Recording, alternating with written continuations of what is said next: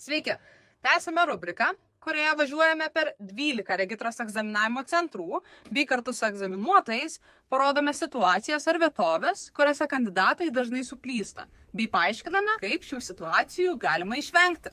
Šiandien esame Alytaus regitros padalinyje bei sveikiname su egzaminuotoju Dainiumi.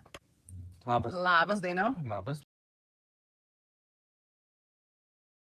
Šiame žiede viena dažniausių klaidų – netinkamas eismo juostos pasirinkimas.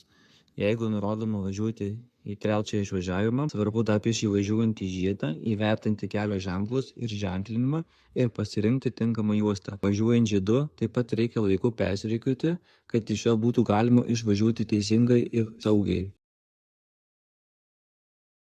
Jaunimo gatvėje svarbu nepamiršti, kad čia eismas vienpusis.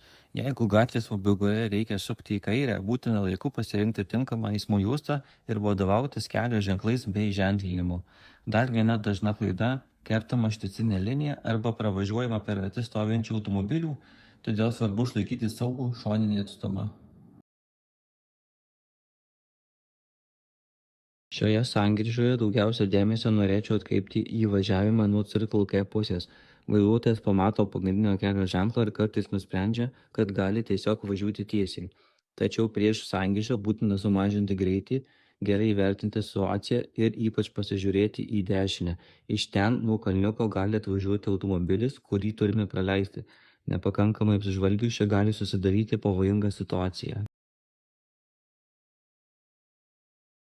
Čia dažna klaida. Degant raudonam signalui vairuotojas tik pristabdo, pamato, kad transporto priemonių nėra ir suka į dešinę.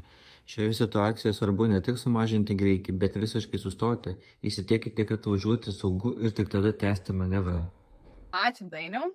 Tai buvo trečiasis mūsų rubrikos epizodas, kuriame lankėmės Alytaus padalinyje. Tikimės, kad šie patarimai padės jums geriau pasiruošti praktikos egzaminui. Na, o mes keliaujame toliau ir susimatysime jau kitame mieste. Jums tikrai pavyks.